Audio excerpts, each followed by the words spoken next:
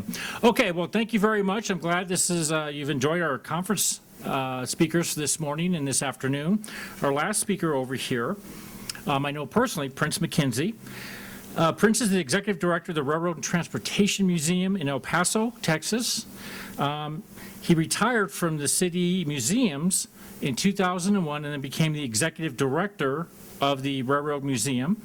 He received his BA from University of Texas, El Paso. I'm also an alumni with him there. And he served in the military over in Vietnam in the Military Intelligence Corps as an officer. Prince is very active in the El Paso Archaeological Society, where he helped get our building built and a lot of our displays. So if you're ever down there, please visit the museum. He also is a commissioner on the El Paso County Historical Commission, on several boards, several committees on there. And Prince has a lot of stuff he's done, and he'll be talking about the southern railroads in New Mexico and partially part of Texas too. So please welcome Prince McKenzie.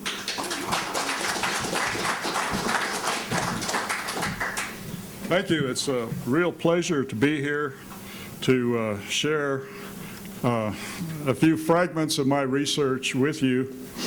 And after working for many years as an art historian, I found it more exciting and more rewarding to dig into the lives of characters in history. And over here, I have on the right, or on the left over here, whoops, I have this map of New Mexico, and this is the state line between Texas and New Mexico. So this is all of West Texas, or the corner of West Texas, just a little bit west of the Big Bend. And so there are an awful lot of railroads in New Mexico, but these are the ones that I marked that are of primary interest to us in the Railroad and Transportation Museum of El Paso. The red is the Santa Fe coming out of Colorado, and bypassing Santa Fe for a while, and then going on down the Rio Grande Valley. And then the blue coming from the left, we have the Southern Pacific came in this way, and right there at that point, we had a joining of the rails of the Santa Fe Railroad and the Southern Pacific. And that was the first link up of what we call the second transcontinental railroad in American history. Later on, we had another link up.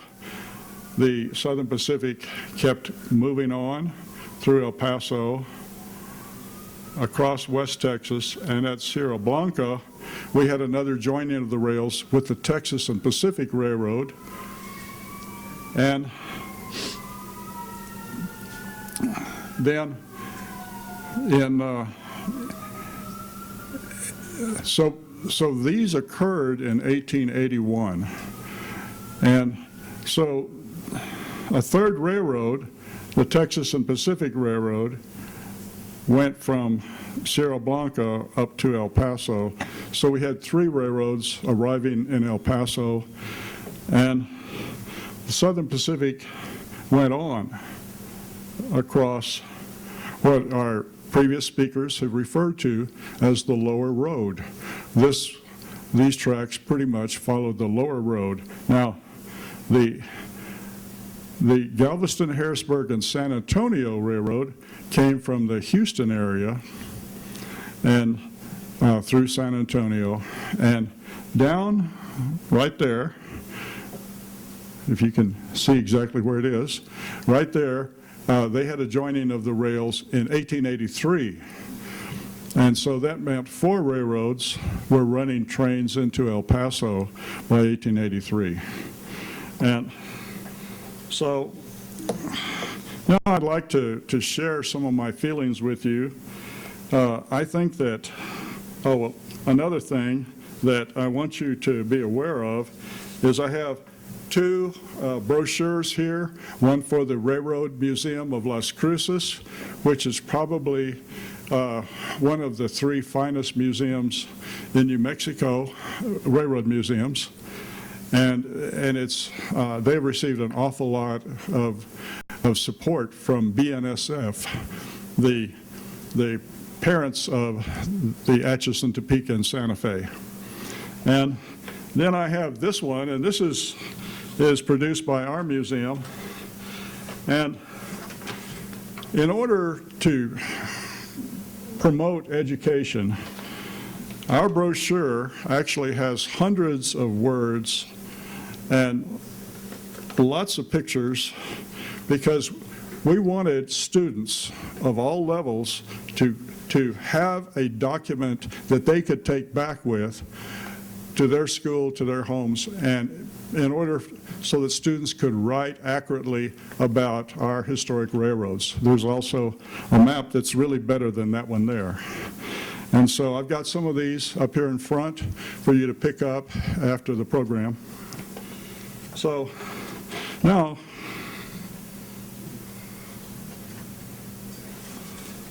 I'd like to share with you some of my personal feelings. The travelers on the Western trails had been forgotten by most historians, unfortunately.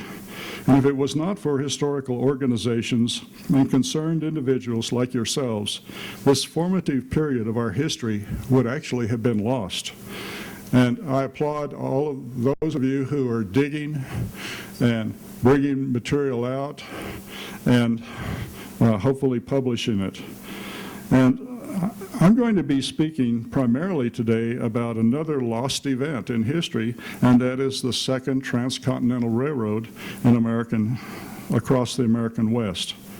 And so El Paso was the center point, and as a result of that, El Paso became the greatest rail hub of the Southwest. And because more and more railroads converged on El Paso had a tremendous growth, tremendous economic development.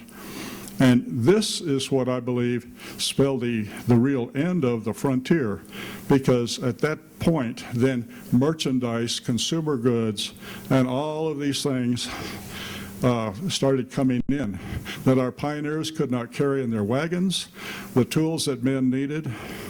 And if we go back 450 years, when a request for supplies was sent to Mexico City, we have some accounts that say that it took 2 years for that supply train using carretas, and you all know what carretas are.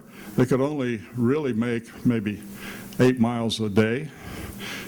It was 2 years before that order was filled, and they actually arrived in northern New Mexico. And so we had the same thing in the Southwest, all across the West, where rather than steel-headed hammers, the people living here used the mallets that we saw out there at El Rancho de las Golondrinas. They used wooden mallets as hammers. And the merchandise had to be very selective if it came by wagon from east of the Mississippi, or if it came from Mexico City. Now, another very important point that's often overlooked, and it's just a matter of lack of information and lack of digging, but this is the Apache Indians. In this area, in southern New Mexico, what I'm focusing on today, in southern New Mexico, the Apache Indians were successful in fighting the Europeans for more than 250 years. And if you really think about that, that's like the great wars between England, France, you know, the wars of independence of the lowlands in Europe, getting their independence. And so it's an amazing factor. And Pancho Geronimo was really proud when he told the commanding generals that he was proud to have been forced to surrender for the third time by the American Army because he had a lot of respect for them. And of course, the American Army, in spite of a lot of the problems that you hear in your research, the American Army and the U.S. did treat the subdued Indians much better than the Mexican population and the Mexican Army. So another factor is that the railroads had a symbiotic relationship between the Army and the railroads. They were mutually supporting each other. And we have military accounts of units, mounted infantry, dismounted infantry, cavalry going out, and they could only go so far because they got ahead of the wagons that carried the hay, that carried the water. And sometimes they were 2 or 3 days ahead. And sometimes when they had a battle with those Indians, they hadn't had water for 2 or 3 days. And so it was a very difficult situation. And this symbiotic relationship helped the Army actually pursue the conquest of the Apaches in the Southwest. And if it had not been for this relationship, I believe that it might have taken another 50 years or more before civilization as we knew it by 1900 had occurred. And so now let's start with El Paso. In 1581, Juan de Oñate arrived in El Paso, and then he established the mission of Guadalupe, but it was not until 1832 where the Texas side was settled. And no one lived on the north side of the river. And why? Because the Apaches made it too difficult. And that first settler, Juan Ponce de Leon, actually had a large wall to protect the settlers and their animals when the Apaches were coming. And in the early years, the Kiowas and the Comanches would also come from the east. And if they got enough notice, if they just happened to get enough notice, then they would bring all the animals inside this huge wall, which was about 2 blocks square. And that helped them maintain a defense. So El Paso started growing, and coming across from the east, we had locomotives like this that were very different from the first locomotives brought by the English to the U.S. And this is what we call the classic American, characterized by 2 drive wheels on either side, another 2 pilot wheels at the front. And what that did was, those pilot wheels were a very important engineering discovery, and those wheels were mounted at a central point, and all 4 wheels would pivot from side to side as the train, as the engine moved around a curve, or as it dealt with whatever condition the tracks were in. And so we call this the classic American, or 440, with no trailing wheels under the cab at the back. Later on, we have lots of large numbers with lots of wheels.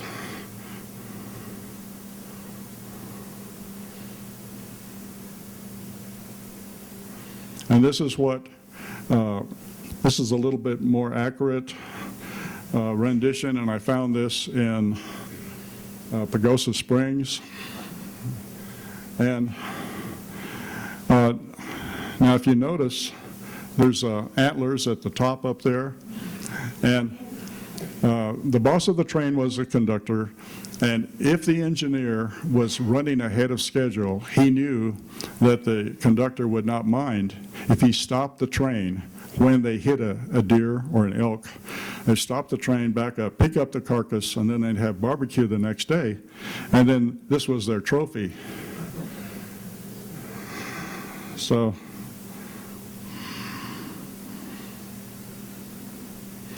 now,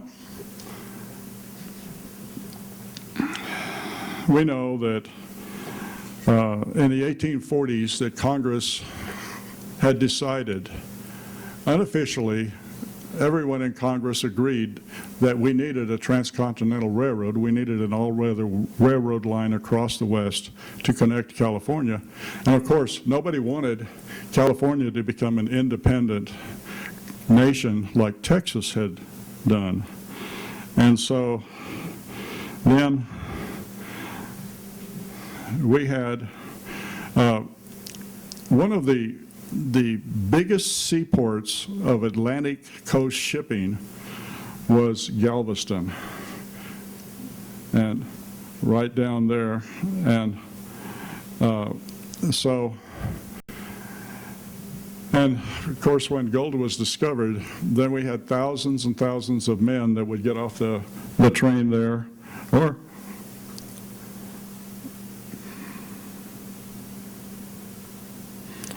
they, depending on how big a hurry they were and how much money they had, they might also take a boat down to Corpus Christi, go to San Antonio, and then follow what we call the Southern Road.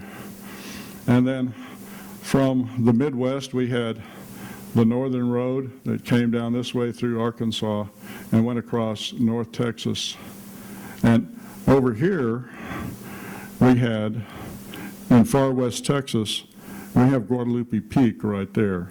And that road actually looped up around Guadalupe Peak and then actually went up into New Mexico before getting to El Paso and San Elizario, which was the first civilization in the valley there.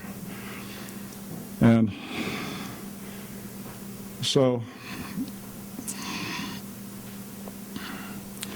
we also had the war with Mexico in 1849.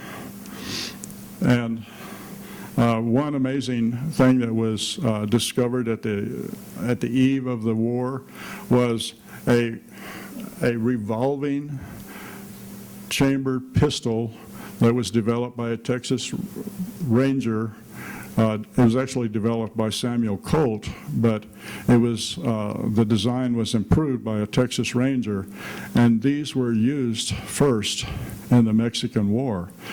And actually, Captain Walker, who did that, was killed in the Mexican War. But you see, we have all these Lancers, and we also have an account of when Donovan came down the Rio Grande Valley and seized the fortress across the river. There were thousands of lances that were tossed into the river to keep them from falling and being reused by Mexicans. And so, but these revolvers were very important, especially for our soldiers. The Regiment of Mounted Rifles was doing some survey work before the Civil War in this area, and one of our famous Civil War generals, who was to become a famous general, was actually the commander of that unit, and I think that was Jeb Stuart. And but what happened was the Indians had a tremendous amount of firepower. From a galloping horse, they could launch 3 arrows a minute. So if our soldiers had a single-shot rifle, they didn't have that much of a chance for the second shot. They would have to reload. And So, and if they were officers or non-commissioned officers, they would also have a single-shot pistol. And so the revolver actually changed an awful lot at this particular time. And as a result of the Mexican War, then Congress ordered hundreds and hundreds of a new improved version of the Walker revolver, and it was called the Dragoon model and issued to all dragoons.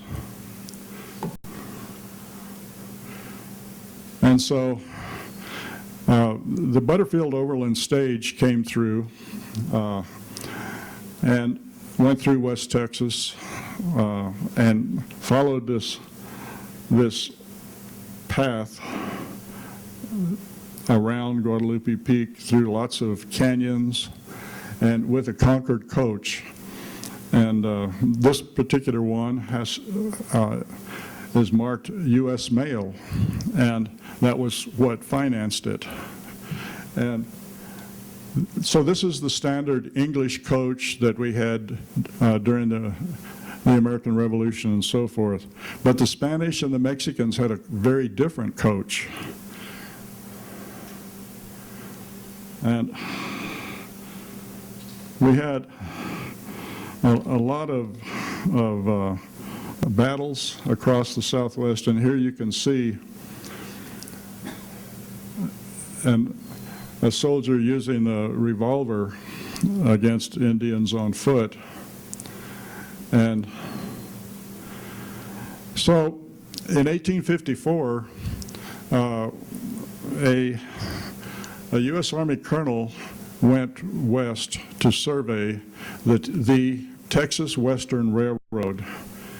And he came to this area, which we knew from the Bartlett expedition and from Lieutenant Emery's expedition that it was very difficult for a railroad to be constructed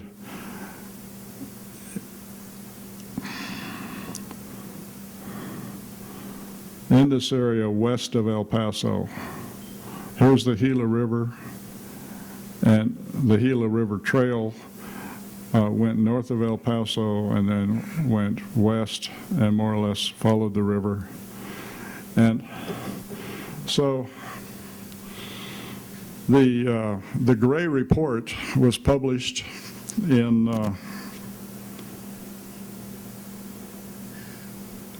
well, Bartlett's report and Emery's came out in 1851, and the Gray Report came out in 1854. And an interesting thing about the Gray Report is that when it was published by the Southern Pacific Railroad. So they were getting involved in this idea of a Southern railroad. And everybody thought that this was definitely going to be the railroad across the West, the first railroad across the West.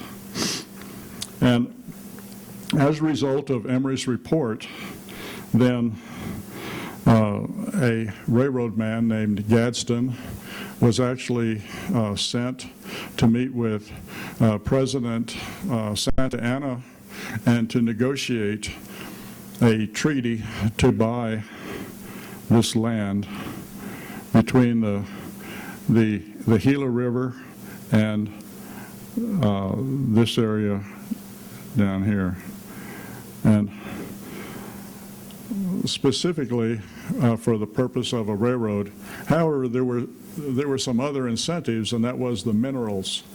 Now, in 1803, in the Silver City area, the Spanish and then the Mexicans were mining very rich silver in an area that we call Santa Rita.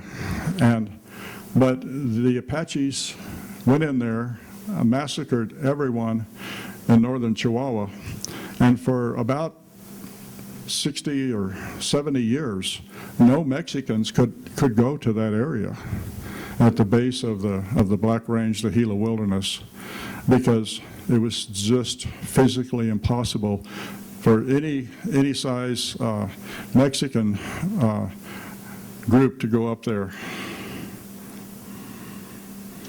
But there was a lot of indication, and there was also native silver and some native copper that was found. And for those of you that don't know, that's where the mineral, pure copper, flows out onto the surface of the ground, and pure silver comes out. So this is the kind of coach that the Mexicans used. In Texas, we called it a celerity wagon, and it had wider treads, wider tires, and the body of the coach was just a very light hardwood frame covered with canvas, no hardwood walls and no fancy doorknobs or any of that. And the whole idea was to keep it light. And as a matter of fact, that line from San Antonio to El Paso came to be called the Jackass Mail. And also because mules are much better, as I'm sure most of you know, mules are much better as draft animals for wagons, and especially over rough conditions, going through sandy riverbeds and through rivers too. Mules are much better. Now, in El Paso, they called it the Jackass Mail, but the travelers would say, the reason why they call it that is because every time the damn thing gets stuck in the sand, they make jackasses out of us because we all have to get out and push the damn thing. And that was really true. And the wider the tires were, the better they could make it through all the sandy arroyos that they had to cross, especially west of San Antonio and west of Fort Worth. So that's the celerity wagon. And this particular image was actually called a mud wagon, and it showed how the mud was caked onto the coach as it was doing a wet crossing. Well, we had a lot of battles, and I made a long list of battles, but I don't have time to share them with you today. And I'm only going to mention a few very important ones.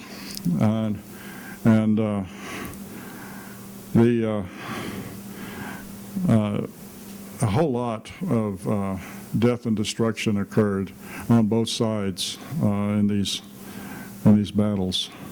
And then the camel caravans came through, and I think everybody probably knows about that. Now, in 1853, Gadsden sent material to Washington, D.C. President Santa Anna had said, well, the Mexican people were afraid that Santa Anna needed money so badly that they were afraid he was going to give away all of Sonora State and the northern half of Chihuahua State just to get cash so he could stay in power. But what he did was he made a unique offer to Gadsden. He said, you give us $15 million and we will give you Baja California. Now that also would have given Arizona a seaport. And as you know, Arizona already has the beach, but they never got the seaport. And so Gadsden said nothing grows on Baja California, so don't go for it, just settle for $10 million, and that was the deal. So now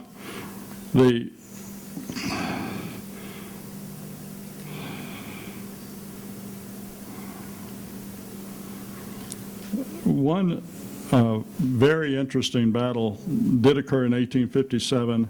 Soldiers from Fort Bliss at El Paso fought the Gila Apaches, and there were 24 of them killed and 20 POWs. So Pueblo Indians, working as scouts for the U.S. Army, were in charge of the prisoners of war, and they executed a bunch of the Apaches because there's this hatred between the Pueblo Indians and the Apache Indians of such great cultural differences. And of course that enraged the Apaches even more and discouraged them from coming in and surrendering. And then a typical thing occurred when a chief or a war captain would get a bunch of Indians and they would ride into a town and they say, we want to talk about peace, about surrender and whatnot. And all it really was a reconnaissance to see how good their defenses were, to see where the good stuff was that they could steal. And probably 80% of the Apache actions was using stealth, coming up at night, and they would steal an entire herd and of horses, cattle, sheep, what have you. And then another thing would happen that the mail coach would leave El Paso, they would get 20 miles outside of town, and then there would be a band of Apaches out there. The coach would stop, and they would have a standoff. And nobody really wanted to kill anybody else, so they would always make a deal. And all the people from the coach would walk back to El Paso, and the Indians would take off with with the horses. The Indians wanted the horses. And so then the people at the stage station had to go back out with soldiers protecting them and with more horses to bring the coach in and get the passengers back on the road. Now, if you were a traveler on the coach, you would have to be economically of the top 1% because it was really very expensive. And so even after the railroads arrived, there were still a few wagon trains, but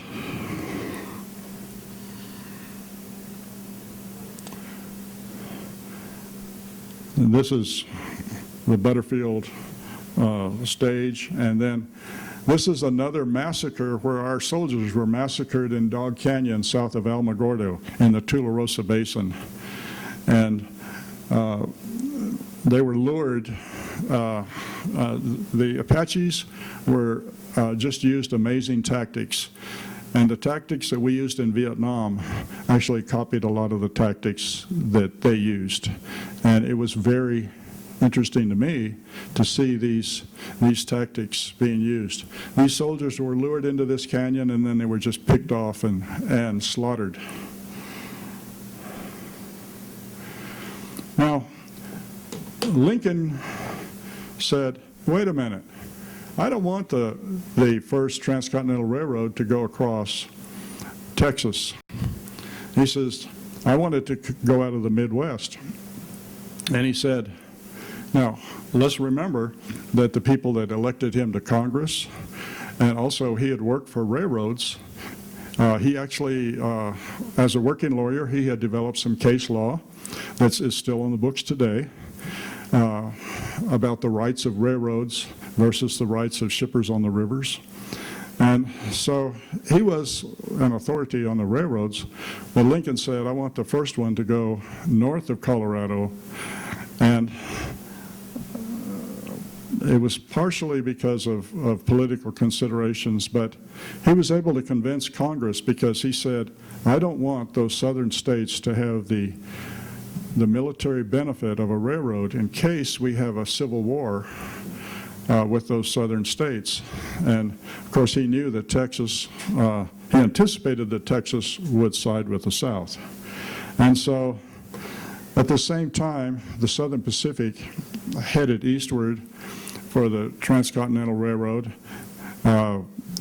with the Central Pacific Railroad was their name at the time, and coming from the east was the Union Pacific Railroad, and coming from the Nebraska area. And so because of the gold fields, there was a very difficult labor problem. They couldn't get enough men to work on building the railroads because they were too eager to make their fortune with gold. But there was a huge labor pool. Nobody believed that the Chinamen could really do what they actually did. And it was amazing. And a trial was set up and they were tested. And then the Central Pacific Railroad bragged about how they were experts at the use of explosives, about blasting their way up through the mountains, because they had actually invented explosives in China. But for the Central Pacific Railroad, they were also the best, cheapest labor. And they worked all year round. And many times, when hundreds of them were buried in an avalanche, they weren't dug out. They just waited until the snow melted in the spring after that. And they were treated pretty harshly. But they were outstanding workers. And now,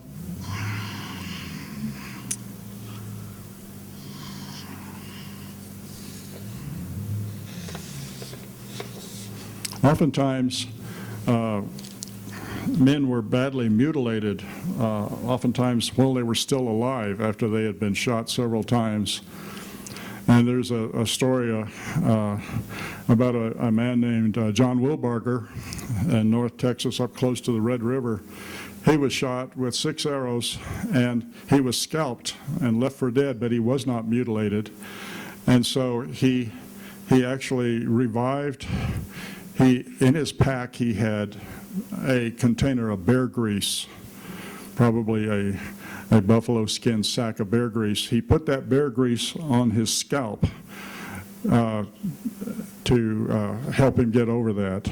And then he walked for 2 days to get back to civilization and tell about it. But at Fort Cummings, which is just below the Silver City area, there was a row of Army forts. At Fort Cummings, there was a commander there that said, this road is an embarrassment to the U.S. Army. And he ordered a unit of infantry to go out there and collect all of the human bones and bury them. He had to order a cavalry unit to go out there and cover them while they did that. But this was a typical scene that you would see. And of course, as you know, all of the trails were littered with animal bones and also graves of humans. And so we had lots of men working for the railroad, and in this very difficult job. And at that time, my great-grandfather, Samuel Gottlieb Heinrichs, got off the boat in Boston, came from Germany, and from the region that he was at, where he lived in Germany, all young men, all able-bodied men, were required to develop 2 skills. And so one was as a violinist, and the other one was as a master carpenter.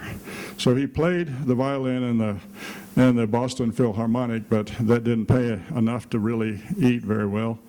And so he started working his way west, where his skills as a carpenter would really pay off. And he arrived at the Mississippi River sometime in the late 70s, or probably 79. And then coming from Georgia, my great-grandmother, Augusta Hodges, came from Georgia, and most of her family had been killed in the Civil War, and she and a couple of surviving brothers headed west by wagon. And they got past Dallas. Fort Worth was really the end of the line for safety was concerned, and every traveler that went west of Fort Worth had to have a military escort to make sure they would make it. And So at Sweetwater, about 1/3 of the way across to El Paso, they met and were married. And they continued following the railroad. And those towns were so wild and woolly, they were called Hell on Wheels. And and some of them actually became, like Sweetwater, became a county seat. And but others just dried up and blew away after the railroad moved on. So the Texas and Pacific Railroad had received a charter, a federal charter that, in conjunction with the state of Texas, that allowed it, gave it land grants and allowed it to cross North Texas. And so it came out of Shreveport, Louisiana, which was an important connection with shipping on the Mississippi River. And so, but there were dense, damp, wet woods throughout all of eastern Louisiana and East Texas, and western Louisiana and East Texas. And so they were cutting this path through the forest, and they had a very difficult time getting the tracks to stay in place. And so they would put a locomotive on the tracks, and one locomotive, and I guess it was, they thought it was the strongest and the best, they always put it up front. It was called the Bull of the Woods because it would go about a mile and then it would run off the tracks and take out maybe a 1/4 mile of forest. And then they had to get huge ox teams to bring it back.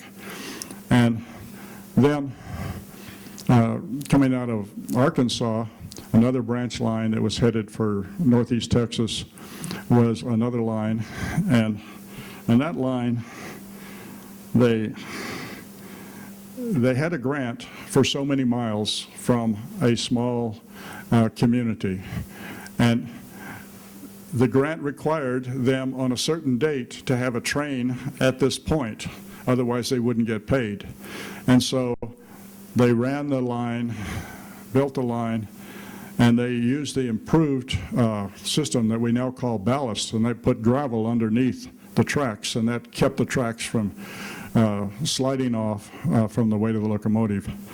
But the locomotives for that line were stuck on a barge in the Mississippi River, and they hadn't gotten there. And so they were about to lose their contract, and all that labor for all those miles of construction would have been lost. So they hitched up a team of oxen to their train cars and pulled it through the woods on the line. And then to get to the top of a hill, they put the oxen on top of the cars. They would ride to the bottom of the hill, and then the oxen would get off, and they would pull the train further. And they got their grant, and they made it. And that way, even without locomotives. And down in the Houston area, they had a problem with the bayou, and a lot of times people said the bayous were bottomless, and which is probably true according to anything heavy like metal. And so one way they did it to get across, the first railroad was called the BB&C, the Buffalo Bayou Brazos in Colorado. And so they built a pontoon bridge that held up and was able to get them across and get them to keep on going.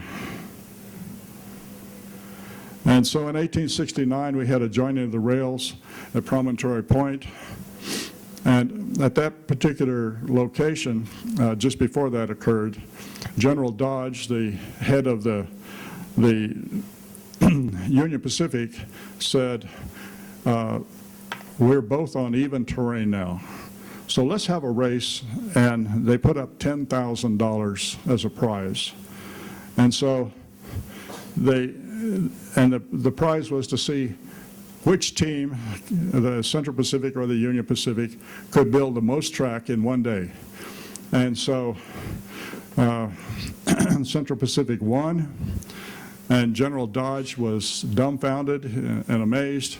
He paid off, and he said, now the only reason why your coolies beat my Paddies was because they had 6 Irish foremen.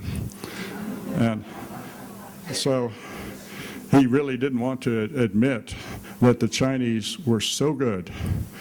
And so that railroad started bringing a lot of traffic west. And last May they had the sesquicentennial, and they had there was a 3-day celebration both in Utah, Ogden, and in Washington, D.C. They published these stamps to commemorate it, the driving of the Golden Spike in 1869. And the Southern Pacific was headed east out of Arizona, and coming from the other direction was the Galveston, Harrisburg, and San Antonio Railroad.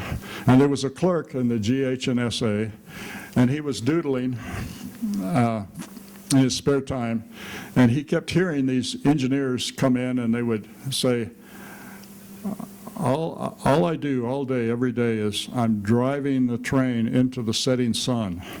And thinking about that, he actually came up, this young clerk came up with an idea for a design. And so he was fired when the station master caught him doodling on the job. But then a railroad superintendent came in, and he said, bring that guy back. And so they actually adopted that. And this is the first railroad in American history that actually had what we call a herald, like heraldry, as opposed to today we call these logos. And this is the Southern Pacific crew, and the dog undoubtedly belonged to the conductor because he was the only one that could actually take a dog with him. This is the emblem of the Texas and Pacific, and you can see their objectives on their emblem there. And so my great-grandfather was building bridges for this railroad, the Texas and Pacific going across North Texas. And these bridges like this were ideal for the cattlemen, the ranchers, and the cowboys. When they caught a horse thief, that made it an ideal place to hang a horse thief from those bridges. And then out of Chicago, off a barge in the Mississippi River, barbed wire came. And in my research, I've actually come up with a lot of different tools and implements, both for the house and for the farmer, for the rancher. And we don't have time to get into these, but this was one of the most useful tools that existed. And he did he set up a corral in the middle of the square in San Antonio. And so the ranchers brought in their most ornery steers and their bulls, and they realized that it worked. And what this did was, this actually created a search for land.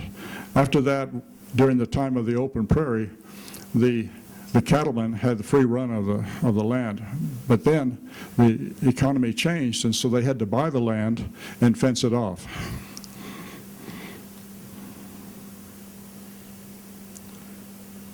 Now, we had, our soldiers in the West had a lot of scouts.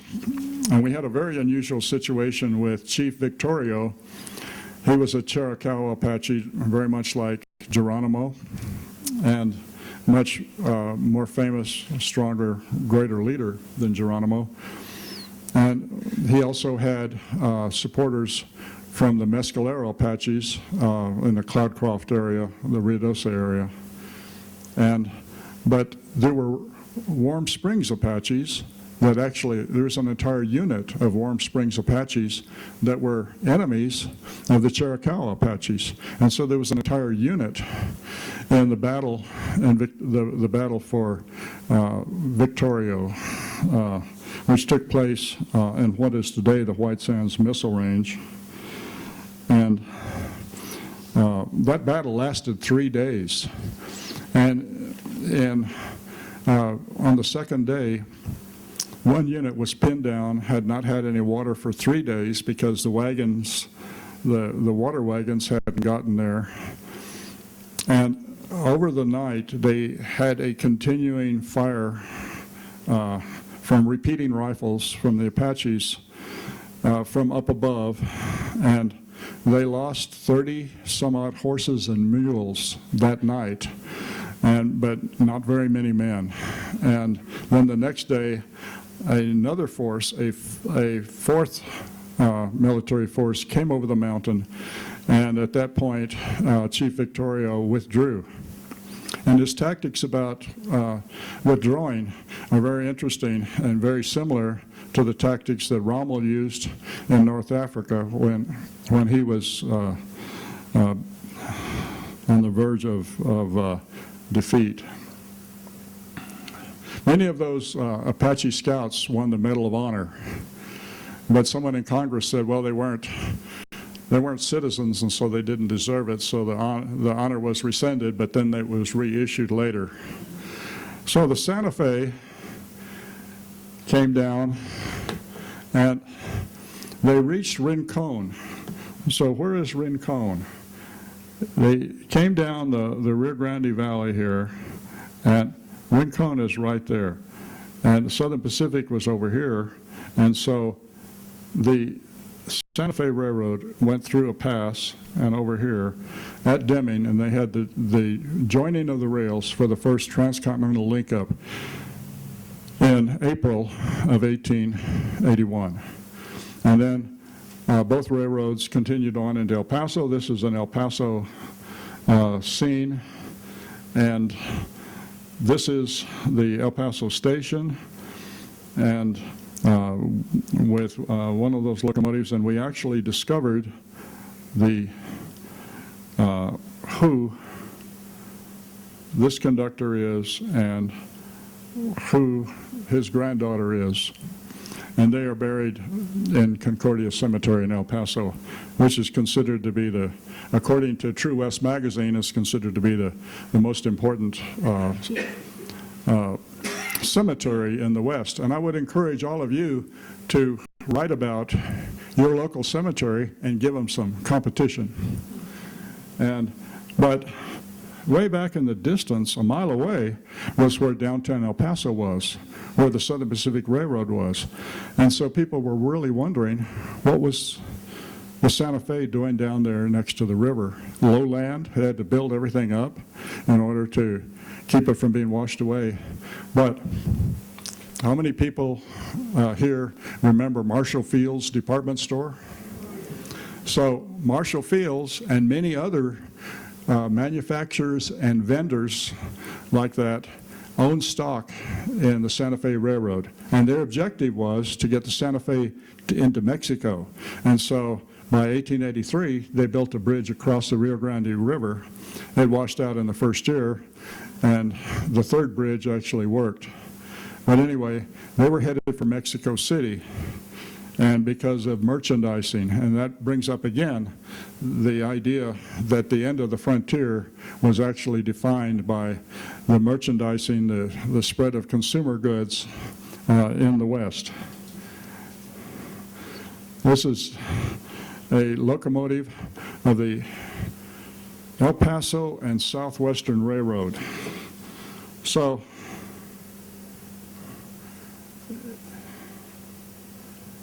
in southern Arizona, all across southern Arizona, there was all of this very rich mineral. And these mining companies could not get the Southern Pacific to build a rail line down to their mines, to their mills. So they said, well, the hell with the Southern Pacific, and they built their own railroad. They bought this locomotive, which was built in 1857, and they brought it to southern Arizona. It was first called the Arizona Southeastern Railroad until El Paso became their main objective. And so they came in out of Arizona on this line that followed the border through the bottom of the Gadsden Purchase to El Paso, and with that locomotive. And we have that locomotive today. There are only 6 locomotives that were built before the Civil War left in the world, and this is one of them. This is the only one that is west of the Mississippi. The other 5 are east of the Mississippi. And the Texas and Pacific modernized, and in 1882, we got mule cars in El Paso, and they actually came from San Antonio. Albuquerque also got these mule cars, we understand. And at the same time, my great-grandfather was out of work because he had worked to the end of the line, and there was no more work. When the Southern Pacific reached the Pecos River down there, there was no more work. And so 1,000 Chinamen came to El Paso, and many more went into Mexico, and they started building the Mexican railroads. And the Mexican Central Railroad, that went from El Paso south to Chihuahua and on to Mexico City, that was actually a wholly owned subsidiary of our Santa Fe Railroad. And you can see it leaving El Paso and headed south for Chihuahua City, the state capital. So my great-grandfather was out of work, and he went west again, and he went to a small line being built by the El Paso and Southwestern that left Lordsburg, New Mexico, went up to Clifton, Arizona, and up to the rich mining district of Morenci. And my grandmother was raised there. And so he was a foreman of cribbing. And this is what he built, was the structures underground to allow the miners to follow the rich copper ore. So my grandmother left El Paso in 1882. Now Geronimo had not surrendered yet for the 3rd time. Geronimo was still out there, and it was still a pretty deadly situation. But she had 6 or 7 children, 2 wagons, and she left El Paso, went north, and then followed the trail, had to ford the river, and I did not understand until I actually saw it being done how they forded the river, how they added logs to the sides of wagons to keep them from capsizing. And when she forded the river, and for one particular day, they were followed by a group of men on horseback, and she turned around and went back because one woman against a group of men was pretty bad odds. But fortunately, it was safe for her to get there, and she joined him in Morenci. And so the third joining of the rails occurred where the Pecos River flows into the Rio Grande River. And the first bridge did not look like that. They cut troughs and tunnels down through the rock, and then they built low bridges. But every time they had a really big flood, that bridge would wash out. And so by 1896, they actually had constructed this bridge. And it's very interesting. We have pictures in our collection of steam boiler operated winches lifting the steel up into place. Actually, it was iron. And 6 men died in the construction of this bridge. And also, many of you have heard of Judge Roy Bean and the law west of the Pecos. This was a couple of miles away from there. And so one day they reported to the judge that 2 men had fallen off, and they needed him to go down and perform an inquest and declare them dead. And he said, "Look, boys," he pulled out his watch and he says, "It's time to open up the saloon. So I hereby declare them dead." Actually, they weren't dead, and they died a few days later. And so that just shows you how many different things can happen in West Texas.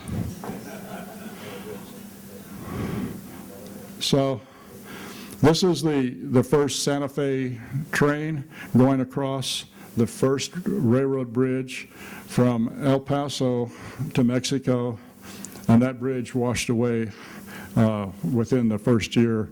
And we had all this heavy flooding and constant erosion, and that led for President Kennedy to actually realign the border and channelize the river at that point, because Mexico had over 100 years of claims for the movement of the river. And so the railroads divided the nation into time zones. And what they did was, before that, farmers in different areas had their own time zones. And